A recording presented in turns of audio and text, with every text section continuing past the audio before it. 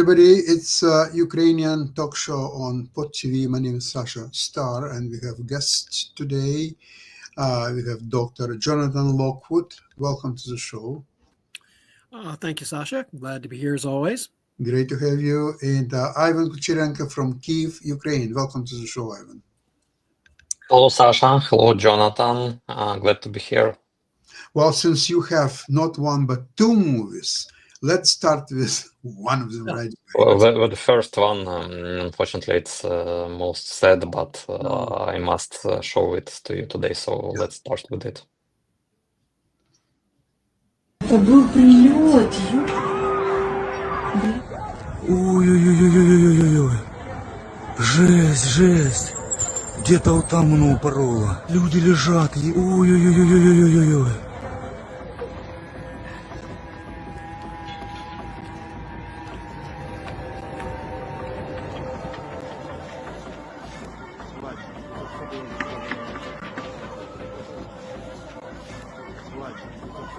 На землю положи!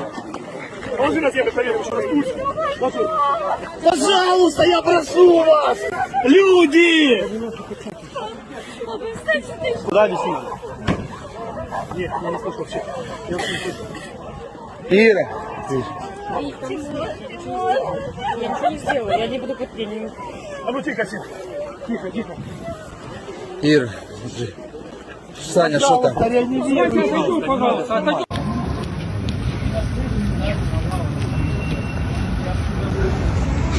Ты моя спальня. Ты моя солнышко.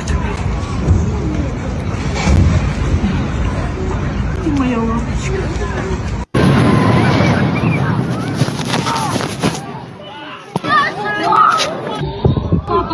Ой-ой-ой. Просто была квартира и нет.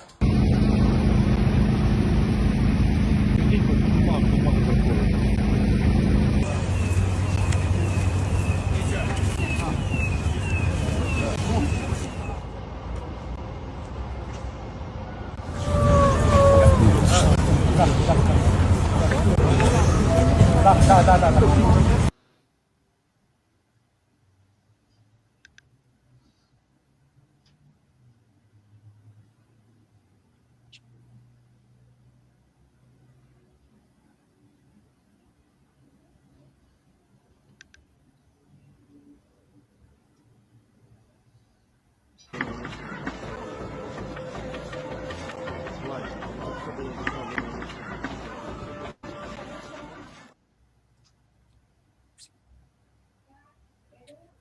Thank you very much, Ivan. It's a very touchy movie. It makes me almost crying for these innocent children who were killed by Russians. And,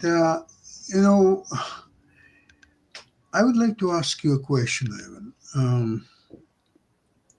If it wouldn't be Russia, if it would be somewhat like Germany, all of a sudden would attack Ukraine, for whatever reason it might be, non-legitimate, legitimate, or half legitimate, doesn't really matter, and they would invade Ukraine. Would Ukrainian society respond the same way as it is responding to Russian invasion? What's your answer? Definitely, it's not about Russia. It's about what is right and what is wrong in this situation.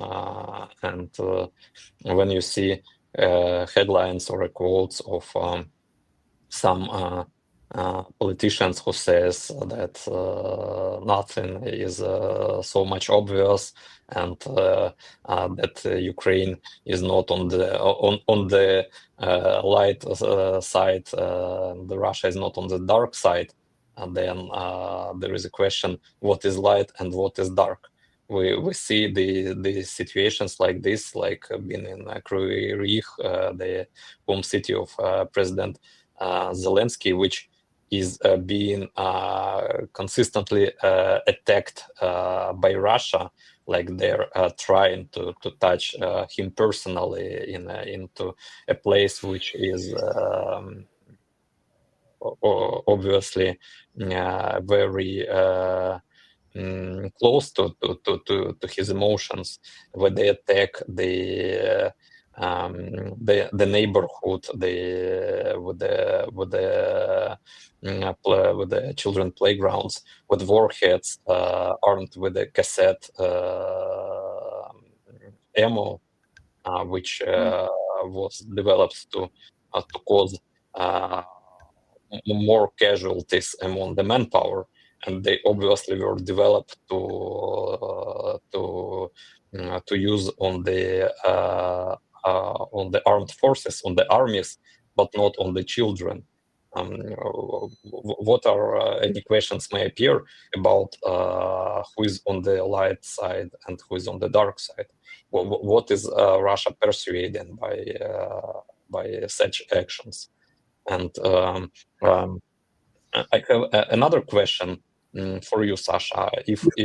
If it was not about Russia, but about let's take, for instance, Iraq, who invaded Kuwait, and then major Western powers united into a coalition and decided to take away the regime of Saddam Hussein, because actually he broke the law. He invaded another country and he committed atrocities there. Or when it was about Afghanistan,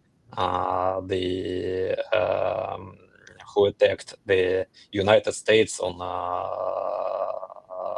September that day, when countries united and invaded Afghanistan to destroy that regime and that movement.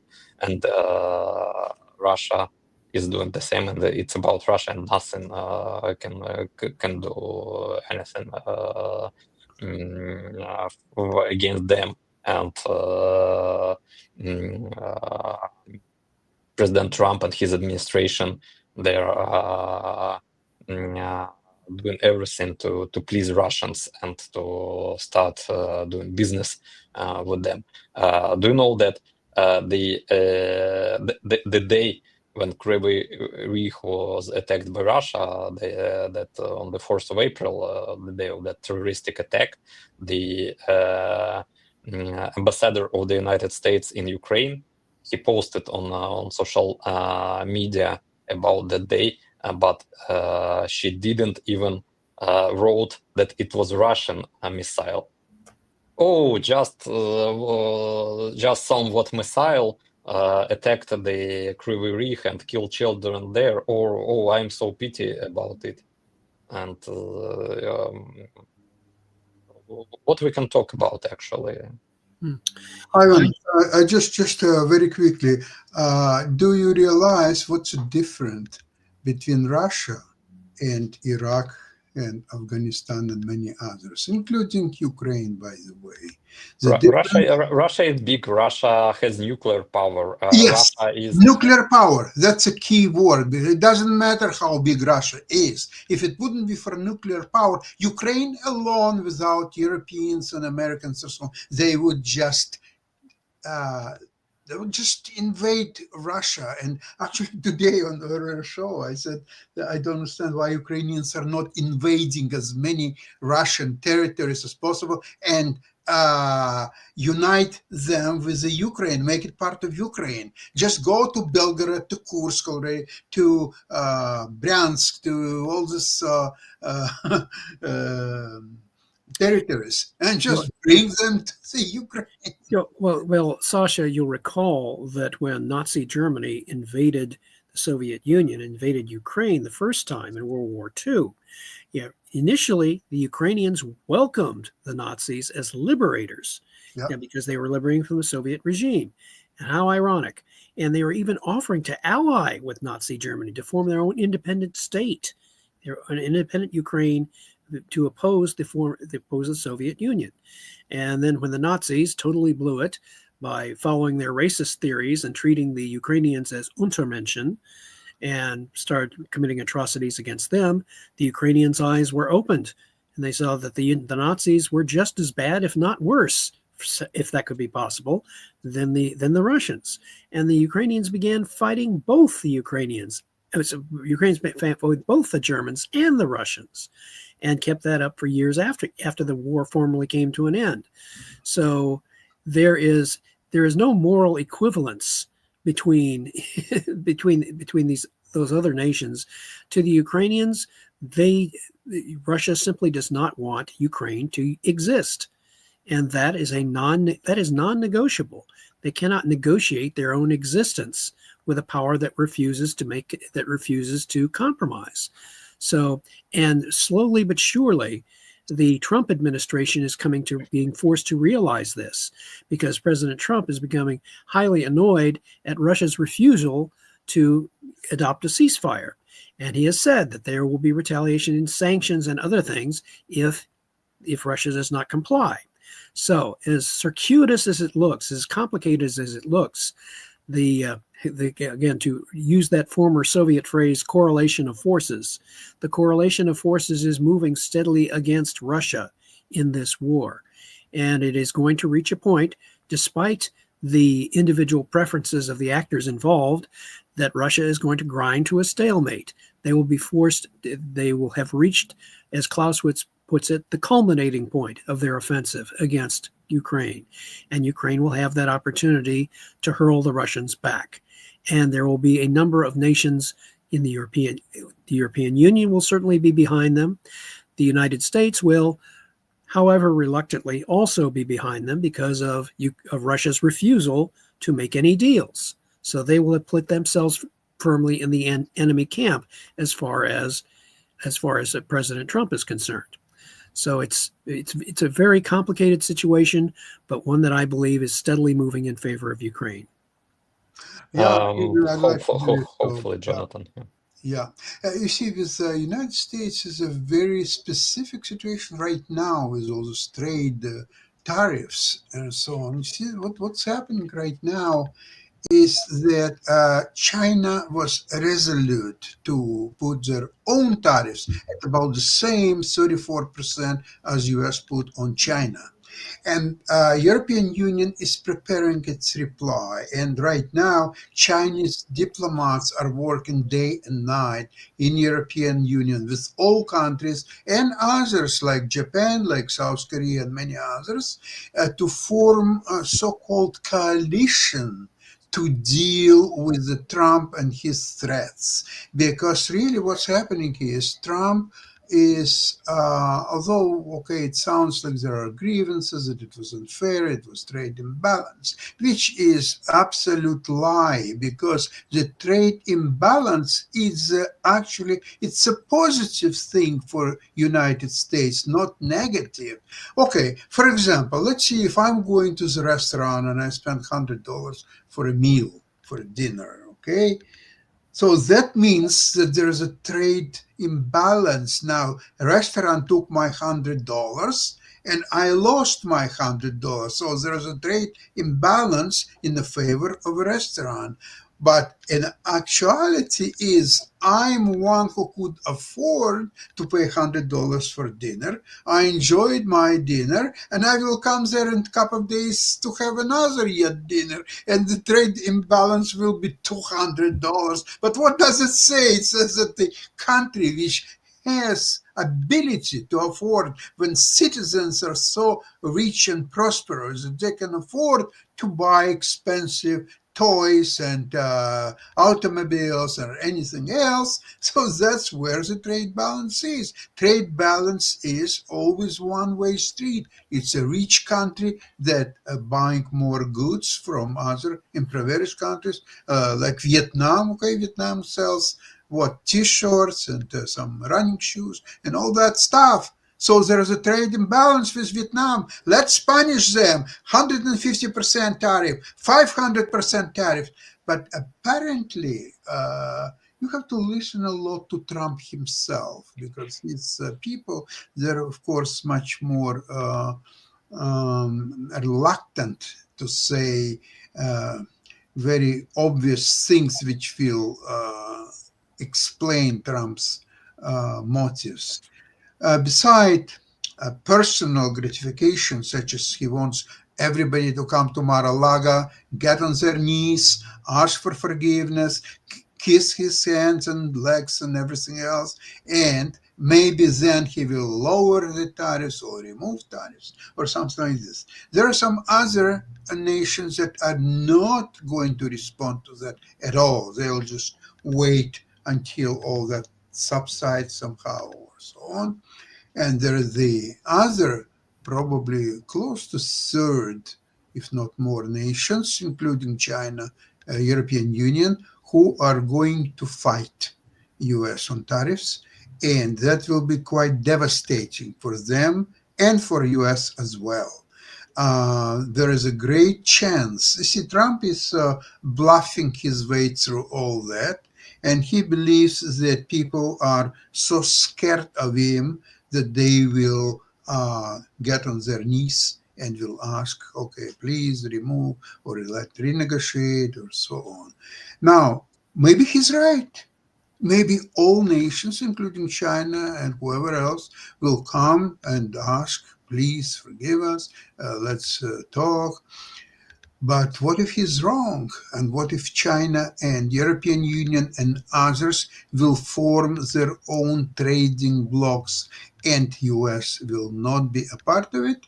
Then what? Then we're looking into recession or maybe even depression. So this is why the Ukrainian issue is now quite on the back burner for Trump.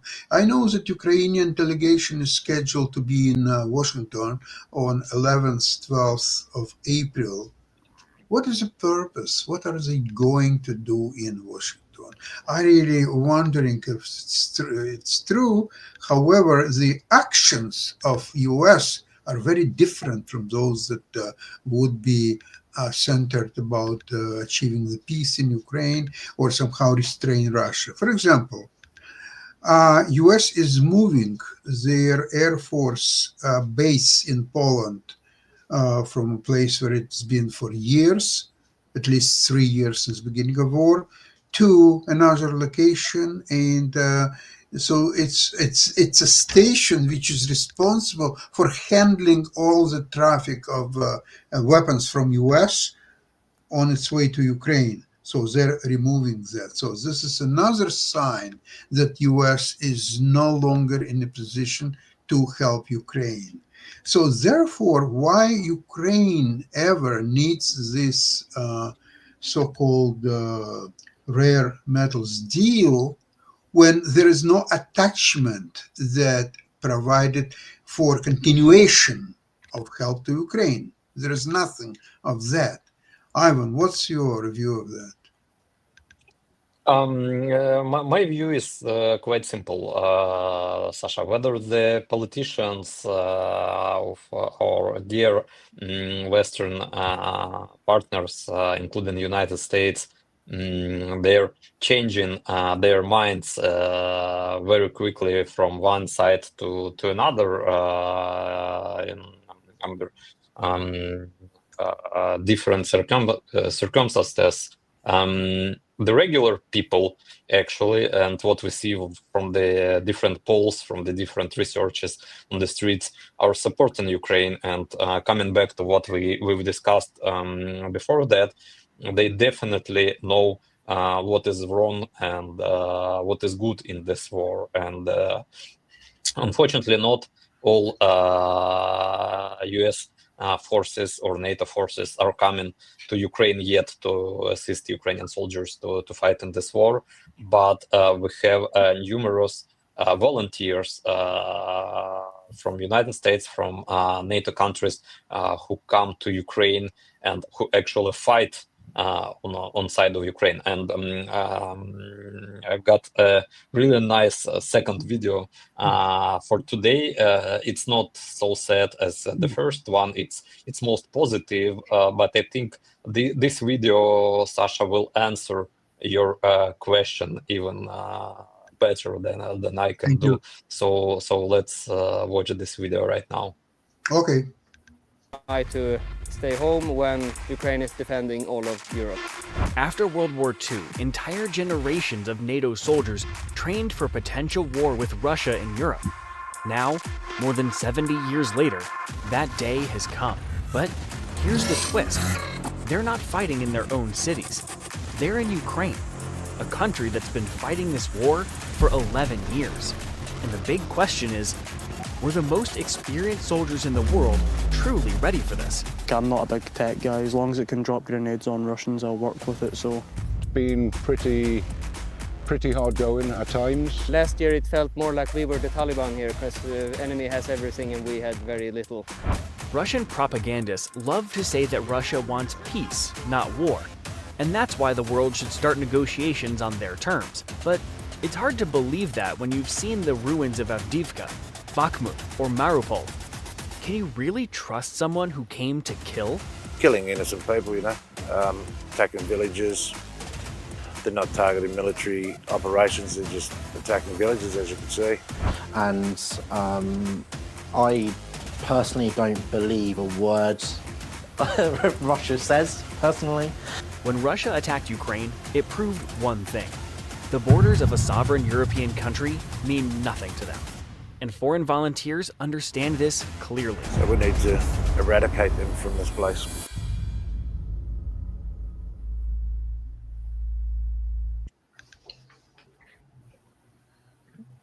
There is even a longer video, so you can scan a QR code and watch it. It's a really nice show, and the numerous NATO soldiers actually fighting in Ukraine. What the Russian propaganda says, that they are fighting not with Ukraine, they are fighting with NATO. Yes, sometimes they're fighting with NATO soldiers. But unfortunately, it's not NATO forces. It's just regular volunteers from different NATO countries coming to Ukraine. So, very interesting. I just saw a few days ago a video interview with Professor Dugin. Alexander Dugin is a Russian philosopher, and that's who Putin listens most of the times, unfortunately. So one of the questions was, and I was very curious how he will reply to it. The question was, Dr. Dugin, do you agree that Ukraine as a sovereign country has a right to independence? And you know what he replied? He replied very scientifically. First of all, you have to define what is independence. You have to define what is the sovereignty. And he says the following. Look, for example, when you talk about world nuclear power countries like United States, Russia, China, it's a priori they are independent, they're sovereign, and nobody can really afford to argue about that. Now, Ukraine is neither great, neither big, neither nuclear, neither anything. So therefore, all the concept of sovereignty and independence of Ukraine is very mute. They can be sovereign, they can be independent, as much as their big neighbor will allow that to happen. And for a time, Russia allowed that to happen to a certain extent. Then certain thing happened that Russia changed its mind, and Ukraine should have taken notice that, Russia changed its mind, so we have to be very careful. We have to ask Russia, okay, just, we were bad, but we are no longer will behave the same way. We're going to be good guys. Okay. Now, if Ukraine hasn't done that, then Russia, as a big brother, has a right to spank its little brother a little bit, just to show him the right way to behave. That was vision of Professor Alexander Dugin, and that's what Putin listens to more often than Right. anything And else. I would throw back at both Dugin and Putin what former Russian President Boris Yeltsin said to the Russian Duma in 1994 when he declared the only reason Russia is considered a great power is because its armed forces have nuclear weapons, which tells you all you need to know. It's their Russia views nuclear weapons as their not only their primary symbol of great power status, but their primary means of leverage against the West. So I would say that's how you define sovereignty. Well, we have another idea coming for you. This is one of rare cases when Yeltsin was absolutely right. Oh yes, I mean Yeltsin unknowingly gave the game away. He told the West this is the narrow foundation upon which we base our great power status. Take that out, and what is Russia? Nothing. And I just want to add that it's one of the worst narratives that Russia is using, that they are a big brother to the countries which they previously occupied. It's like United Kingdom saying that they're big brother of the United States, or France saying we're a big brother of Canada. It's not working like this in the modern world, and the most problem of the United States diplomacy, I think, that they were studying history of Russia by books written by Russians. And we know how Russia is manipulating history. I really advise you to watch for videos from Professor Timothy Snyder on YouTube, who is really showing the real history of Russian Empire, of Ukraine, not from the books written by Russian historians actually, but using the different sources, and even despite Russia was trying to rewrite history several times, it's one of their most popular words that history is written by the winners, and unfortunately Russia was a winner in their numerous wars of expansion, and when they've conquered Ukraine as well. Despite that, there are still sources in the history of other countries which were not rewritten by Russian historians, and Professor Snyder just analyzed a lot of different sources from European countries in order to show the real history of Russia and Ukraine. And Russia is not a big brother to Ukraine. Russia is not big brother to Baltic states. Russia is not big brother to Kazakhstan or other countries. Russia is a typical colonial empire, and which is in 21st century a little bit obsolete. And the problem of the modern world is that they don't know what to do with a colonial empire in 21st century which possess nuclear weapons. It just cannot be punished like Saddam Hussein or Talibs or Osama bin Laden in Afghanistan, or Hitler during the Second World War, because if Hitler actually invented nuclear weapons several years ago, then probably the end of the Second World War was not on those conditions as it was. Yeah, I would like to make sure that we understand that Russia, number one, is not big, and number two, is not a brother. it cannot be a brother because there is no such thing as the Russian nation. Because if Ukrainian is a pure Slavic nation consisting of Russian-speaking and Ukrainian speakers and so on, but they are all Slavs predominantly. There are some other nationalities, Armenians, Georgians, few others, but predominantly, in a large majority, it's a Slavic country. Whereas Russia is a conglomerate, it's like Orda.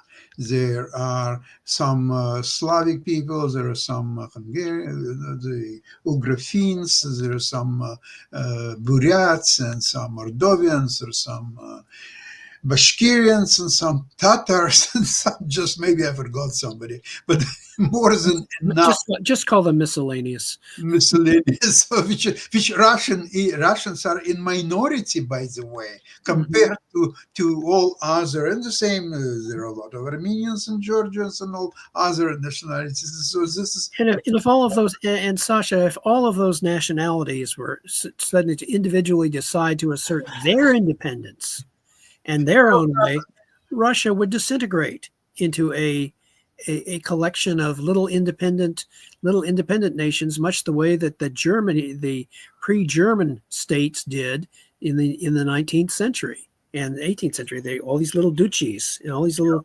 fiefdoms and kingdoms, it would disintegrate in that manner.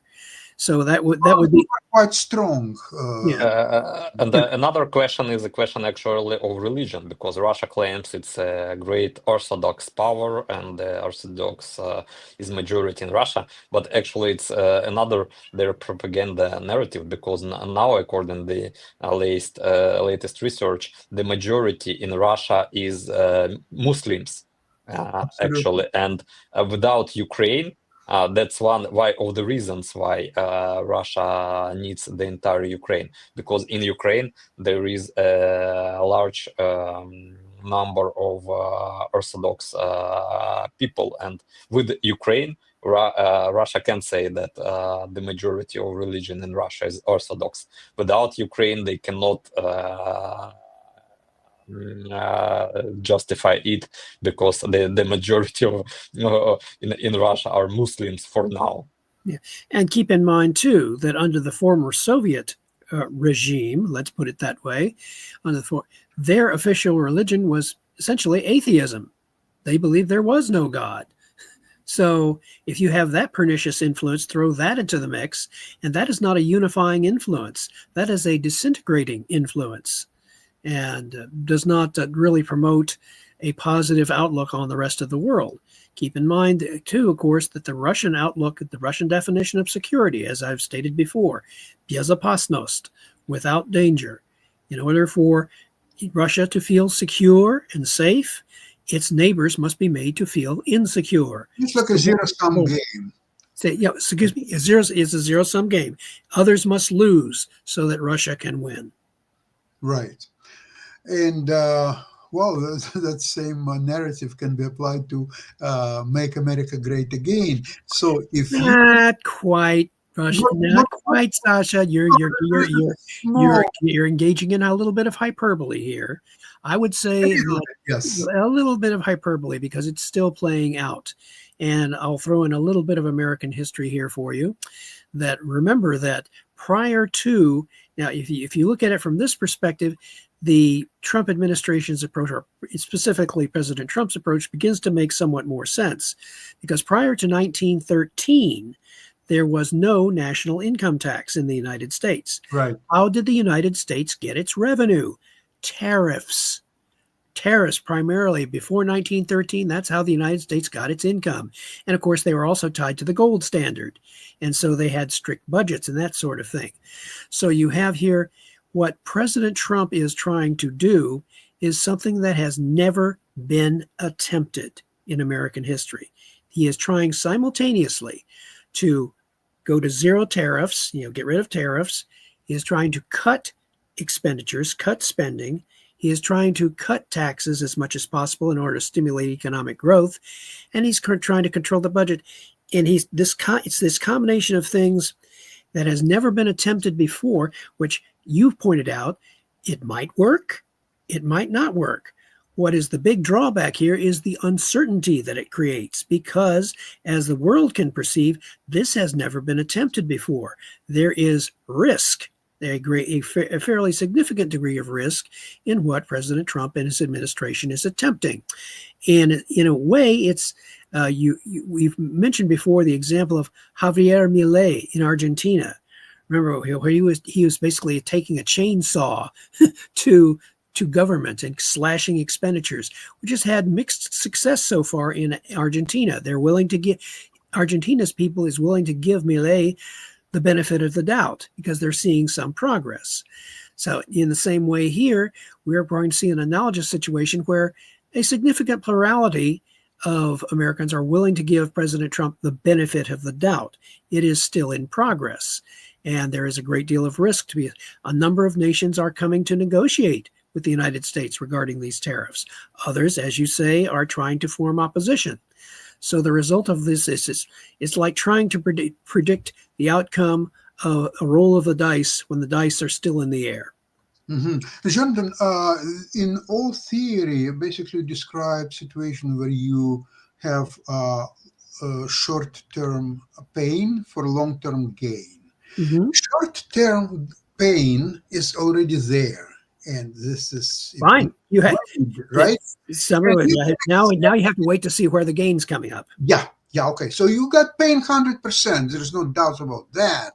And how much pain is still remains to be seen. Because if U.S. will be moving into recession, never mind depression, then all the possible future gains is worth nothing, zero. However, you must be a believer.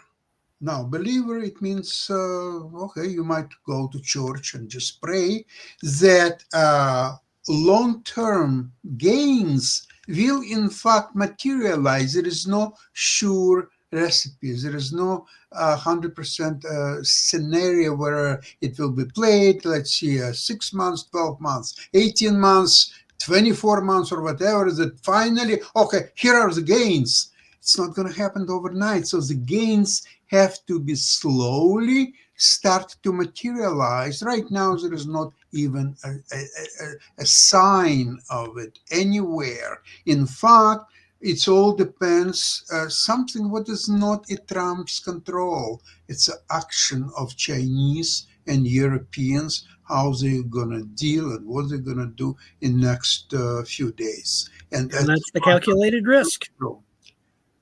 That's the calculation. Now, you know what? You can risk with your own money. You can go to casino and try your luck, and maybe you win. Maybe I'm playing on house money. You cannot play with the millions of people lives and put them through such a roller coaster. What's happened in the market, and the moment that there were some doubts, like yesterday, there was some noise that the tariffs will be postponed for 90 days, and Dow Jones spiked from minus 500 to plus 300, and immediately so let it that is a reflection of consumer sentiment and prediction. The stock market is in many ways a predictor of what the investing public at large thinks is going to happen. It is not an ironclad barometer that reflects us that what is going to happen. Yeah, no, so there were rumors that maybe 90 days. So let's leave these rumors for another 10 minutes only. So the stock market would remain fairly high for 10 minutes. So people would make decision maybe to unload some of their stocks or maybe even buy more. Who knows? No. The rumor were killed instantly in 30 seconds. It was said, White House says, no, it's not true, it's not going to happen. And it was dive for another 500 points down. So this is lapse of judgment, maybe. You're talking about calculated risk. I agree with the risk. I disagree with calculated. There is no if there is a calculated. And I disagree with your disagreement. All right. So it's like we're launching pawn storms at each other. Okay, we're killing off our pawns. Okay, we'll get down to the simpler situation later. Oh, but listen, only future will show who is more right or not. Oh yeah, exactly. I'm perfectly content to wait and see how this complicated multi-sided chess game plays out, because there's more than just the U.S. and Russia, and there's also the European Union, and then there's good old Ukraine sitting in the middle of this little chess game, and with its own cards to play, which I believe it has not yet played. And I have a high degree of faith in the wisdom of the Ukrainian leadership in deciding, okay, this is our best shot, let's take it. And so I'm carefully watching that situation as well. What is the best shot? How you describe it? Let's say again. What is that best shot that you just mentioned? What is it? How do you can describe it? The best shot that I would describe that Ukraine has is once they see that because remember the Russian offensive and the economic factors are moving against Russia. As the oil prices continue to go down and Russia's ability to prosecute a strategic offensive continues to decrease, and Ukraine's military continues to improve and they continue to mobilize, and I estimate that they are building their own strategic reserve to use in a counterattack. Remember the analogy of World War II. The Allies were coming up on Germany's borders and they thought they had it all their own way. And they did not realize that the Germans had created a very large strategic reserve consisting of 2 panzer armies with which they were able to launch a massive offensive on the Western Front, which, by the way, I believe they would have better off using it against the Russians. But in any case, there is the potential for an operational surprise here. And Ukraine has been playing its cards wisely, very close to the vest. They're not telegraphing their strategic or operational intentions. And so what they have is the opportunity, in my opinion, to have created, as they're continuing to mobilize and increase their forces, they are also at the same time creating an operational reserve that can be used at a decisive moment in an operational counteroffensive at a time and place of their choosing. So far, we have seen, they have been launching little local counteroffensives on the eastern front of Ukraine. Throwing punches there. It has been my contention, really, throughout over the course of this program over the past couple of years, that the real center of gravity of this entire conflict is the Crimea, and that Ukraine has been able to hold the supply lines and reinforcement lines to the Crimea at risk and be able to have the potential at any time, really, to shut off those reinforcement and supply lines. In order they would do that, the opportunity will come when they decide it's time to do this, to shut off those lines with a counterattack, and then use their newly created operational and strategic reserves to launch a counteroffensive into Crimea with the objective of forcing the surrender of the Russian occupiers, which will have been cut off from resupply and reinforcement, and then force the surrender of those Russian occupiers in Crimea, which takes away Crimea as a Russian naval base completely. It takes away the crown jewel of the entire area, which Russia considers Crimea the crown jewel of this whole thing. They're the one necessary thing for them to have in order to really begin restoring the Russian Empire. Take that away, and Russia's dreams of a reunified Russian Empire go down the drain. Excellent analysis, John. That is my scenario. That is when one chance is all you have, you better make it a good one. You don't fritter away your counteroffensive in something that just might get a tactical advantage on the Eastern Front. That's not going to do it. It has to be decisive. It has to be visible. It has to be of such a magnitude that the other side, no one can explain it away or say, oh, well, easy come, easy go. Hopefully that's exactly what we will witness in the near future. In the meantime, I would like to thank you both for today's program. And we'll see you on Friday, same place, same time. Ivan, hopefully you will be able to make it. And in the meantime, Slava Ukraini, glory to Ukraine. And Героям слава. thank you very much, everybody. Bye-bye. Thank you. Bye-bye.